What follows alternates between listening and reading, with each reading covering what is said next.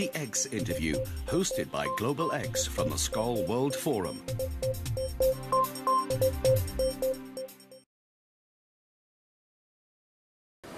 My name is Joe Madiath.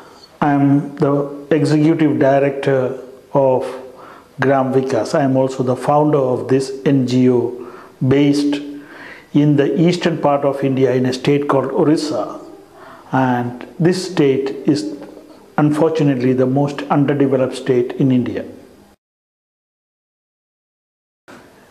As a child, I was rather perturbed about perceived injustices that I felt was being perpetrated on the poor. I one day came to the realization that maybe my father himself is an exploiter of his labor. So I went to the laborers who work in his rubber estate. So he produces natural rubber, and said, why don't you organize yourself so that you can demand better facilities from my father? They said, yes, that's by all means. You become our union leader. And I was quite thrilled that these people wanted to me at the age of 11 to be their union leader. And I organized them and we formed into an informal union. And one day we raised the red flag of hammer and sickle in front of my father's house, and we shouted slogans. He came out, saw me, what I was doing, didn't say a word, went back, and within 2 months' time, he said that a boarding school would be very good for you. Why don't you go to a boarding school? And that was the beginning of my unionization. I continued that in schools, in the university. I was always the students' union leader, president of the university, president of the high school.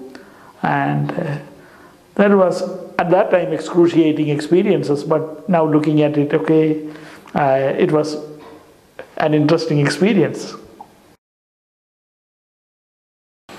Yeah, 2017 is a year where I have not considered, because usually it is 2010, 2020, 2015, 2030. So 2017 is a good year to speak about.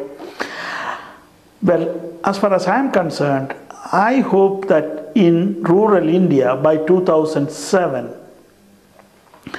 all the poor people would have access to protected water supply, drinking water, which means they would also have access to safe disposal of human waste, that is good sanitation facilities that they would be proud of. By 2017, I hope our governments, the developing countries, the governments would realize that the poor should not be further humiliated by giving second-grade or third-rate facilities, and that in things like water, sanitation, it is more than water and sanitation, it is human dignity.